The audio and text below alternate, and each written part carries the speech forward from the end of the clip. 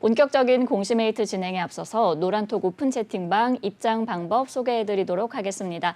노란톡 오픈 채팅방에 변영인의 기업 공시 연구소라고 검색하신 후에 입장하시면 되는데요. 공시 관련해서 각종 질문 남겨주시면 제 옆에 계신 변영인 대표님께서 친절하고 빠르게 답변 도와드리도록 하겠습니다. 그럼 오늘의 첫 번째 기업 살펴보겠습니다. 오늘의 첫 번째 기업은 롯데관광개발입니다. 롯데관광개발은 1971년 설립돼서 2006년 유가증권시장에 상장했습니다. 주요 사업은 국내외 여행 알선업, 항공권 판매 대행업, 전세 운수업을 진행하고 있는데요. 2020년 12월 제주 드림타워 복합 리조트를 오픈하면서 사업 포트폴리오가 호텔과 리테일까지 확장됐습니다. 매출 포지션은 호텔 63.9%, 리테일 2.8%, 카지노 28.5%, 여행사업 3.1%, 인터넷 정보 제공업 1.5%로 구분되고 있습니다. 최근 실적도 한번 확인해 볼게요.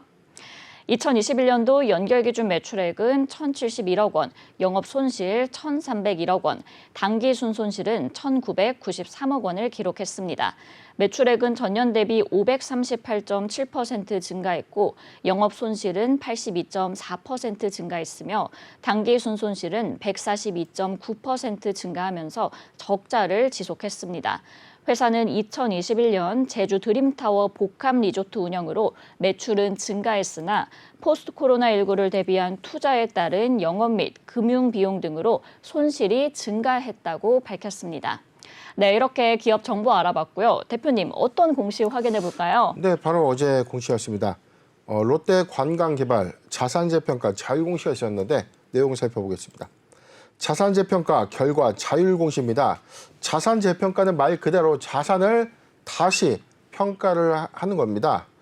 재평가의 목적물은 토지입니다. 재평가 대상은요, 제주특별자치도 제주시 노현로 12소재에 있는 이 토지를 의미하는데 재평가 기준일은 2022년 6월 30일자입니다. 재평가 내용 보도록 하겠습니다.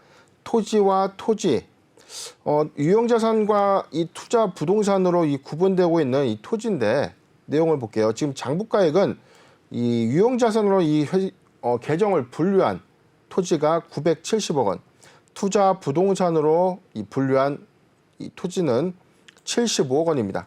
재평가를 해봤더니 재평가 금액이 유형자산 항목은 5,269억으로 환산이 됐고요. 토지는 410억 원으로 이 투자 부동산은 410억 원으로 환산이 된 겁니다. 재평가 차익은 유형자산 부분은 4,298억, 투자 부동산 부분은 334억인데 지금 이게 뭐냐면 이 회사가 과거에 취득한 토지를 2022년 6월 30일자로 토지의 현재 가치로 다시 평가를 받은 거죠. 취득했을 때 가령 1,000원이었다. 그런데 10년, 20년, 30년이 지나고 나면 토지의 가치가 지가가 상승함에 따른 상승분이 반영될 수 있는 거죠. 모든 기업들이 토지를 취득하고 나서 이 부분을 해마다 토지의 어떤 이 감정평가를 받아서 반영하지는 않거든요. 네. 최초 취득 당시에 사실상 이 취득한 이 자체 안에서만 자산으로 좀 산입이 되는데 토지를 현재 시점에서 다시금 평가를 하다 보면 가치가 올라갈 수밖에 없는 것이죠. 전체 이 재평가 차익이 무려 4,633억이 발생된 겁니다. 자산 전체 총액의 35.5%에 해당되는 수치고요. 회계 처리 내용 보도록 하겠습니다.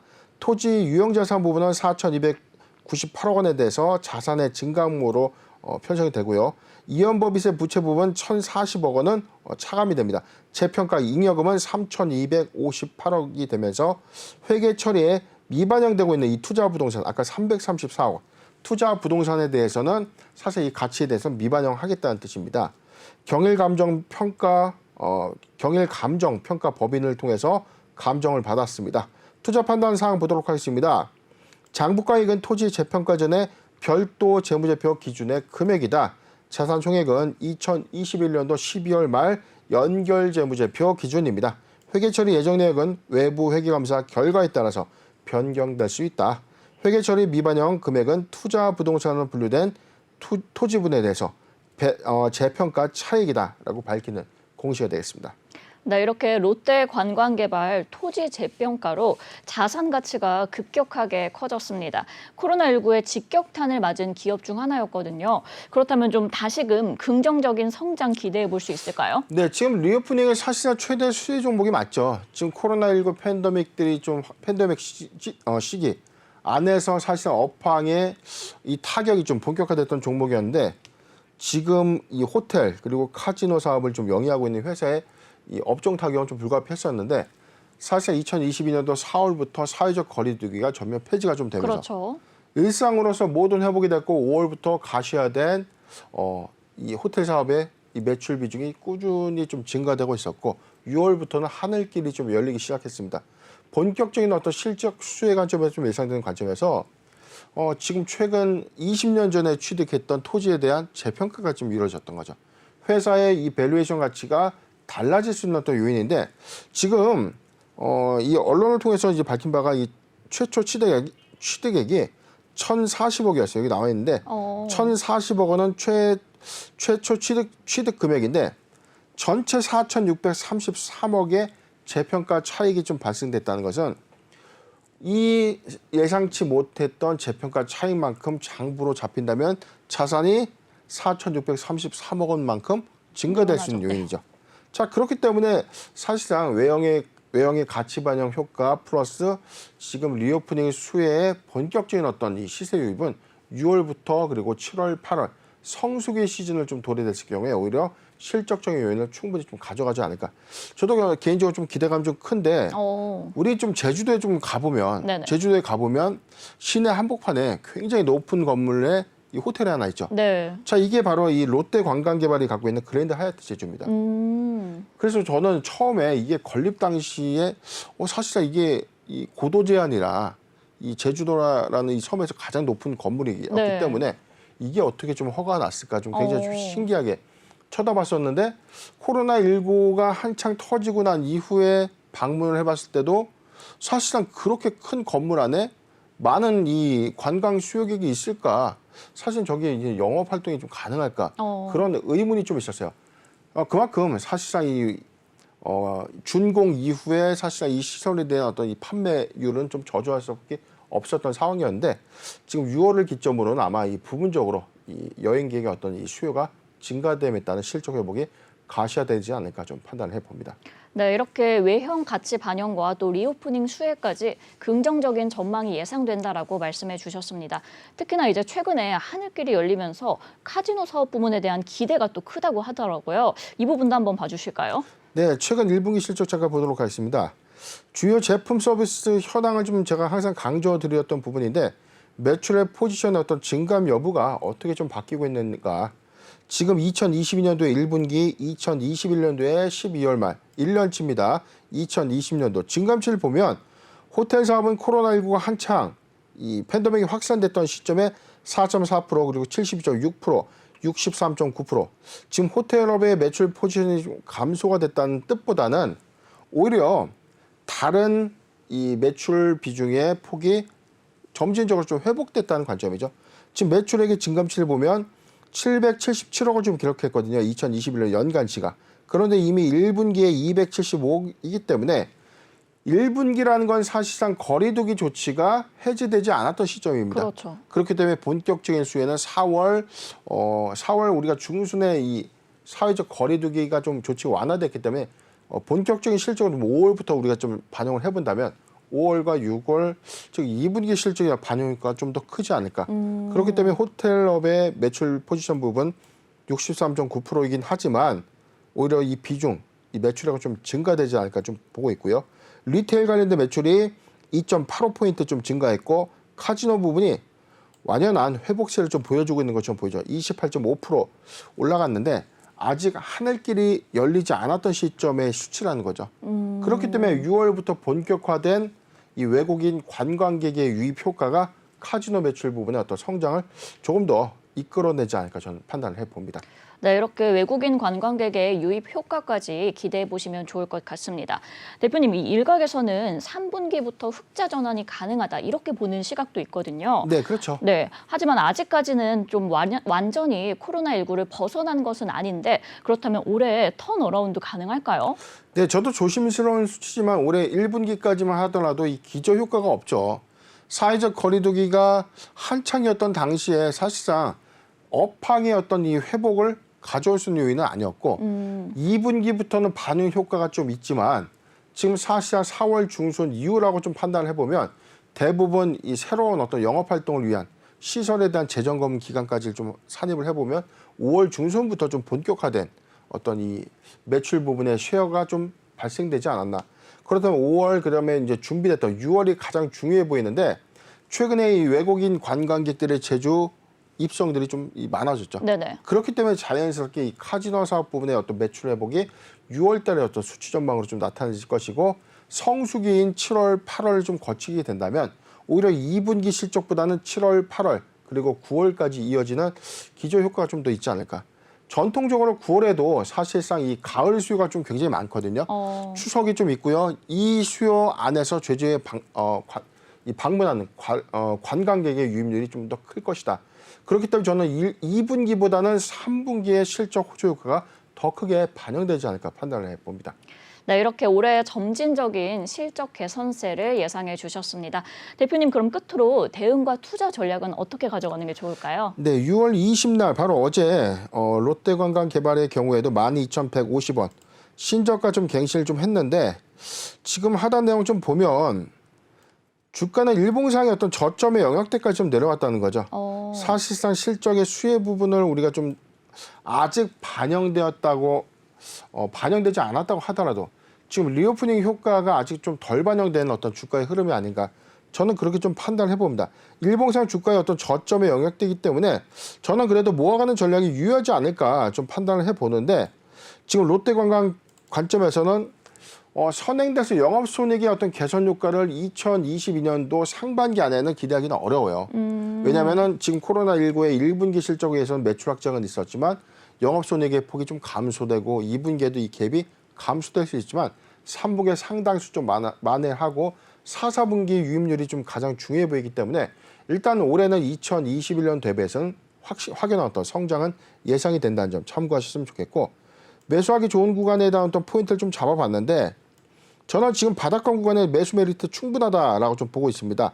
11,500원, 11,500원에서 12,500원, 11,500원에서 12,500원 구간 포트 비중 5%의 분할 매수 의견을 좀 제시해드리고 2분기 실적 기조보다는 3분기 실적에 대한 기대감을 수반해서 투자 참고하셨으면 좋겠습니다. 네, 이렇게 롯데 관광개발 매수하기 좋은 관점은 11,500원에서 12,500원까지 포트 비중 5%의 분할 매수 의견 주셨고요. 아직 리오프닝 효과가 완전히 반영된 것은 아니기 때문에 더욱 기대해 보시면 좋을 것 같습니다. 오늘 이렇게 첫 번째 기업 롯데 관광개발 알아봤고요. 두 번째 기업 살펴보겠습니다. 오늘의 두 번째 기업은 파워넷입니다. 파워넷은 1994년 설립됐고 2018년 코스닥 시장에 상장했습니다. 주요 사업은 전원 공급 장치 등의 개발, 제조 및 판매인데요. 중국 심양, 청도 및 베트남 하노이, 해외 제조법인에서 제품을 생산하고 있습니다. 전력 변환 장치인 스위치 제어 방식 전원 공급 장치는 가전뿐만 아니라 정보통신 장비 및 산업용 장비 등 전력 변화에 민감한 전자제품에 안전적인 전원을 공급하는 장치로 시스템의 심장부 역할을 하는 산업입니다. 전원 공급 장치 SMPS는 향후 차량용 반도체, 인포테인먼트 장비, 자율주행 자동차 등의 자동차 전장 사업 분야로 적용 범위가 확대될 것으로 전망되고 있습니다. 최근 실적도 한번 확인해 볼게요. 2021년도 개별 기준 매출액은 2,078억 원, 영업이익 54억 원, 당기순이익은 23억 원을 기록했습니다. 매출액은 전년 대비 41.2% 증가했고 영업이익은 17.2% 감소했으며 당기순이익은 1,032% 증가했습니다. 회사는 코로나19로 침체된 가정시장의 회복세로 매출이 증가했으나 원자재 가격 상승으로 인한 영업이익은 감소했고 직전 사업년도 투자 자산의 손상 차손 반영으로 인한 당기순이익 증가 효과가 크게 발생했다고 밝혔습니다. 네, 이렇게 기업 정보 알아봤고요. 대표님, 어떤 공시 확인해 볼까요? 네, 바로 어제 공시했습니다. 주요사항 보고서 전환사채 발행 결정을 했는데 내용 살펴보겠습니다. 주요사항 보고서 전환사채권 발행 결정입니다. 주식을 사채 형태로 발행은 되지만 1년 이후에 주식으로 전환될 수 있는 이 요건을 좀 갖고 있는 투자 방식인데 이 정해진 행사가액 안에서 사채 납입을 합니다. 그리고 나서 1년 이후에 내가 배정받은 이 행사가액보다 주가가 좀 상회한다면 주식으로 전환해서 차익을 좀 받게 되는 것이고요. 반대로 주가가 좀 하락한다면 약정된 이자와 원금을 회수하는 방식입니다. 회사의 입장에서는 사실상 전환 청구권 행사 시점에 이 사채가, 즉 부채가 자본으로 좀 편입되는 효과가 좀 있기 때문에 회사는 당장의 자금 융통을 위해서 빚을 내는 것이지만 회사의 이 가치를 1년 후에 좀 더 부각시켜서 주가가 좀 상승한다면 해당 부채가 자산으로 좀 편입되는 효과를 갖고 있는 투자 방식이라고 이해하시면 됩니다. 지금 11회차 무기명식 무보증 3호 전환사채인데요. 발행 금액은 100억 원입니다. 내용 보도록 하겠습니다. 운영자금의 배정 비율은 70억이고요. 시설자금의 30억 원을 좀 배정했습니다. 즉 100억을 조달받아서 30억 원 시설 투자 그리고 70억 원은 운영자금으로 사용하겠다는 겁니다.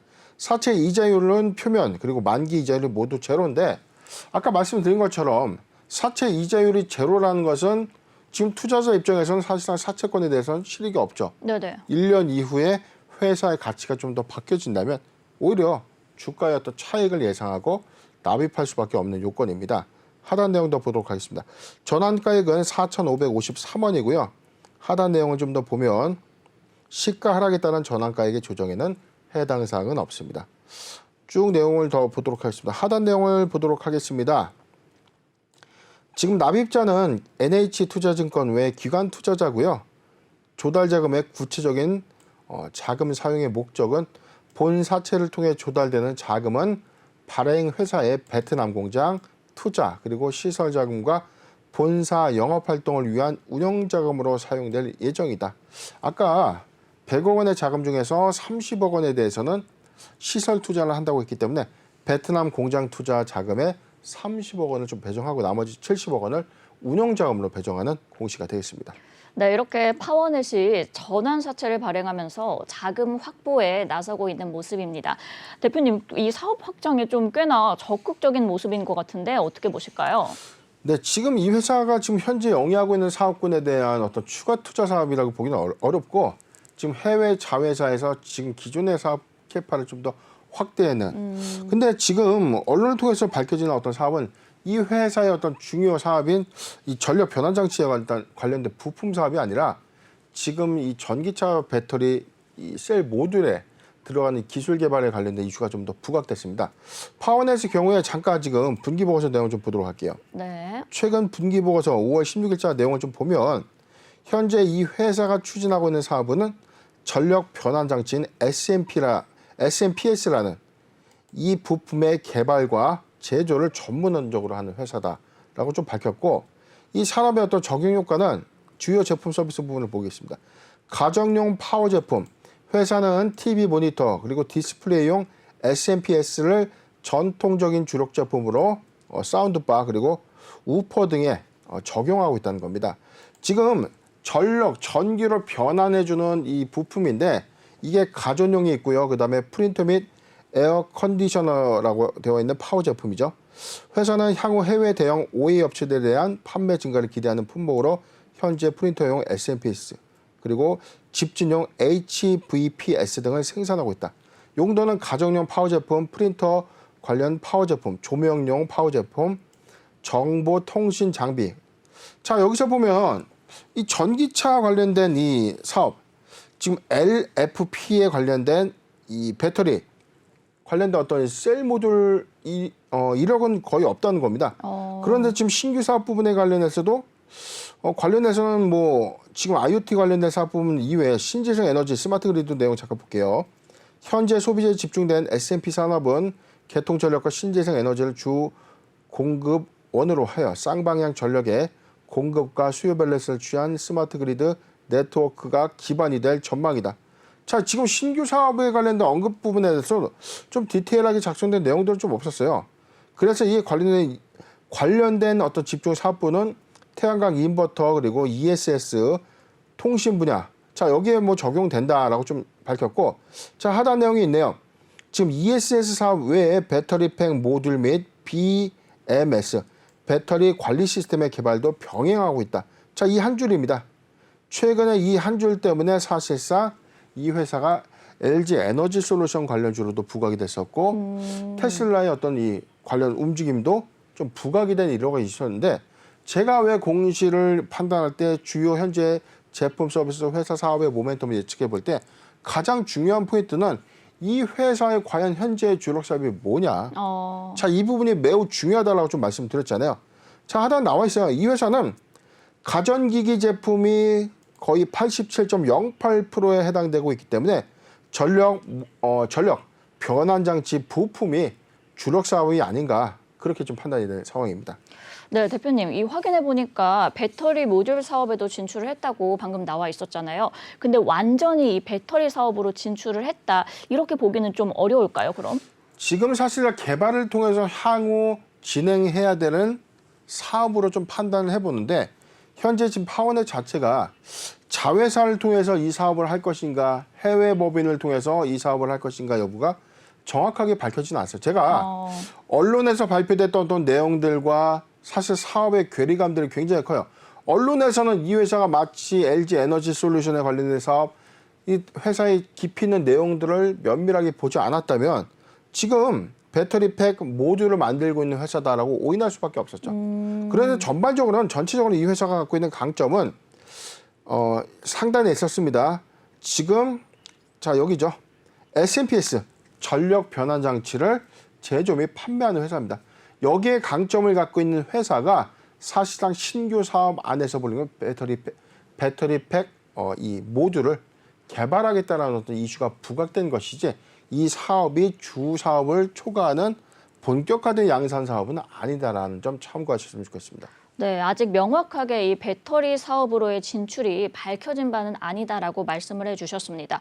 대표님, 그리고 이제 확인을 해보니까 삼성 디스플레이의 LCD 패널 생산 중단에 따른 수혜도 받았다고 하더라고요. 이 부분도 한번 설명 부탁드릴게요. 네, 지금 우리가 제품 매출 포지션 좀 잠깐 보면 전체 S&PS 관련된 매출 부분이 가전기기였습니다. 아답터, S&PS, PD 보드라고 좀 불리고요. 그다음에 OA 부분 통신 장비, 기타로 좀 구분됐는데, 지금 전량 87.08%가 가전기기에서 이 수요가 좀 증가되다 보니 이 기기 안에는 디스플레이 제품도 모두 다 포함이 되는 것이죠.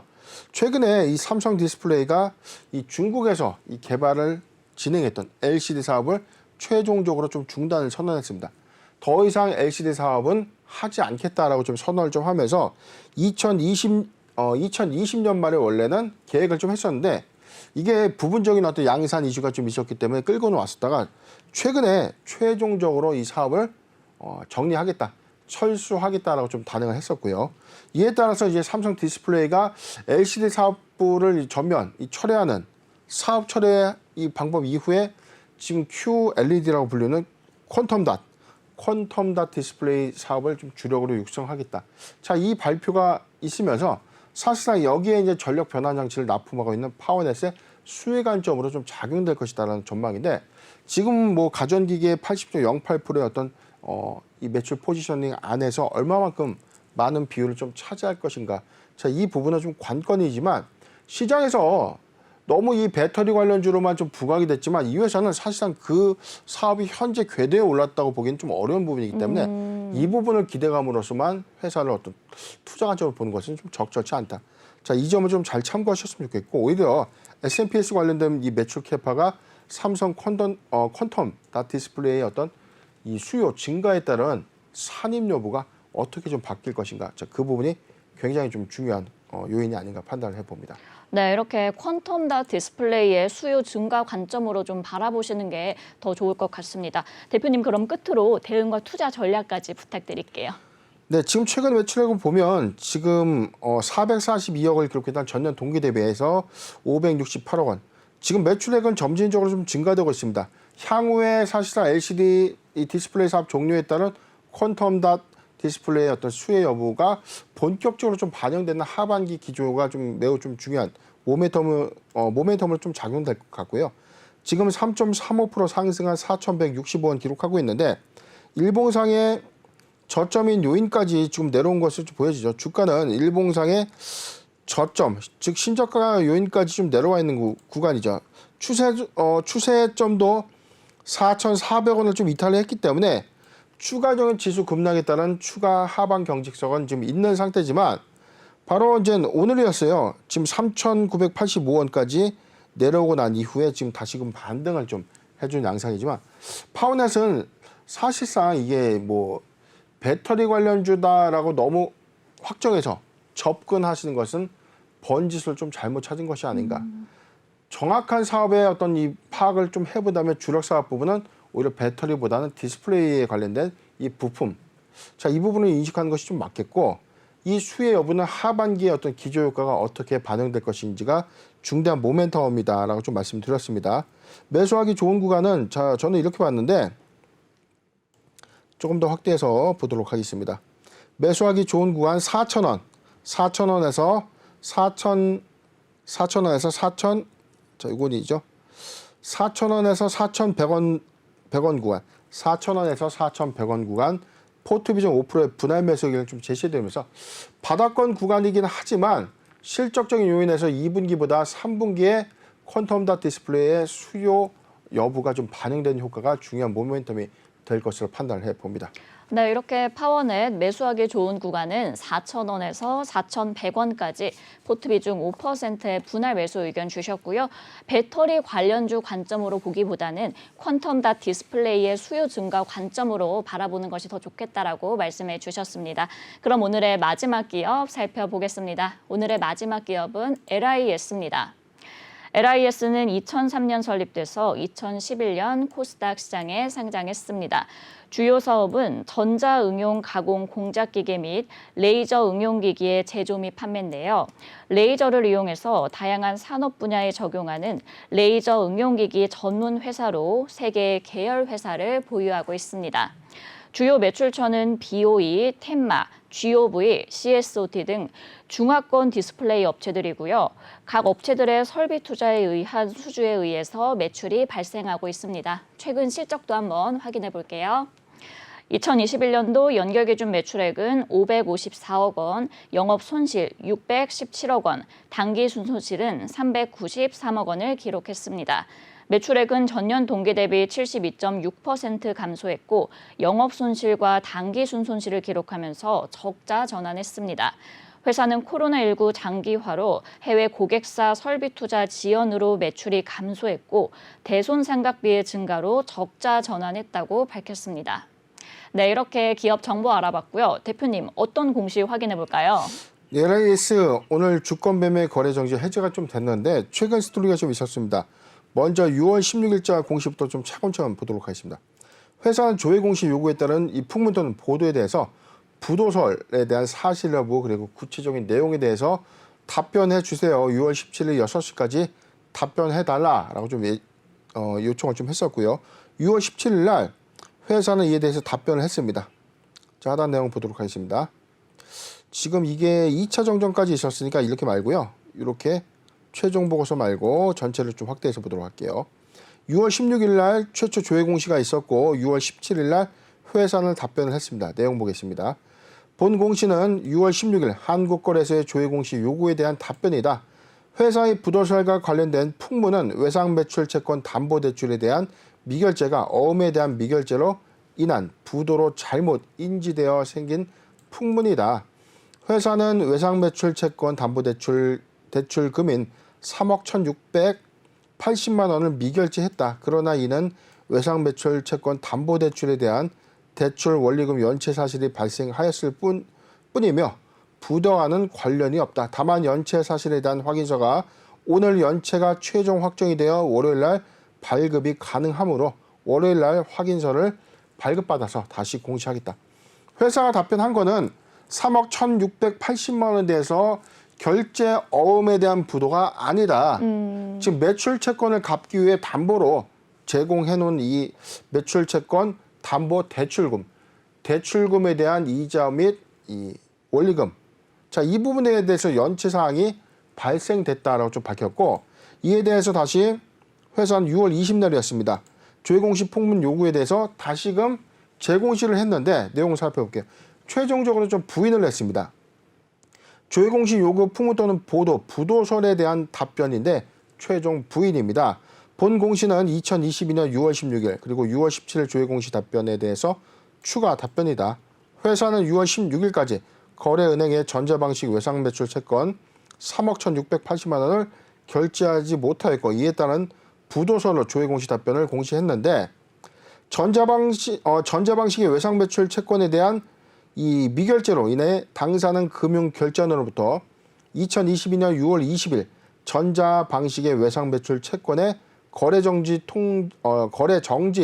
처분을 통지받았으며, 이에 따라서 2년간 금융기관과 전자방식의 외상매출 채권에 대한 신규 발행이 제한되고 기존의 약정은 해지될 예정입니다. 다만 기존에 발행한 전자방식의 외상매출 채권은 만기까지는 유효하다.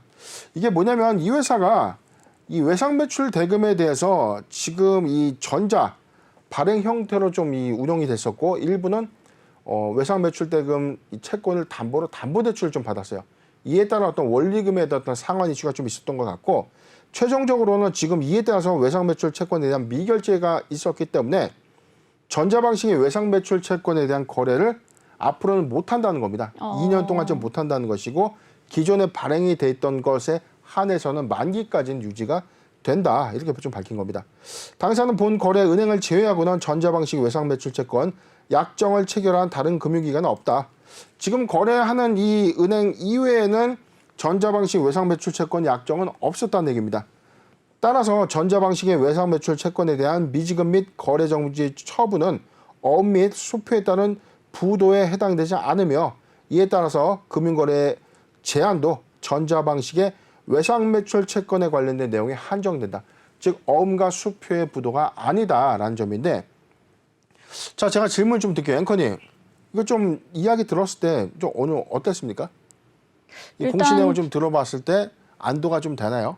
근데 일단 부도는 아니라서 좀 안도는 되긴 하는데, 근데 재무 구조도 상당히 안 좋은 상황이잖아요. 그래서 투자자분들 입장에서는 좀 걱정이 많으실 것 같아요. 네, 공시를 제대로 잘 읽고 해석해야 되는 이유인데, 지금 이 회사의 맹점은 이게 잘못된 것입니다.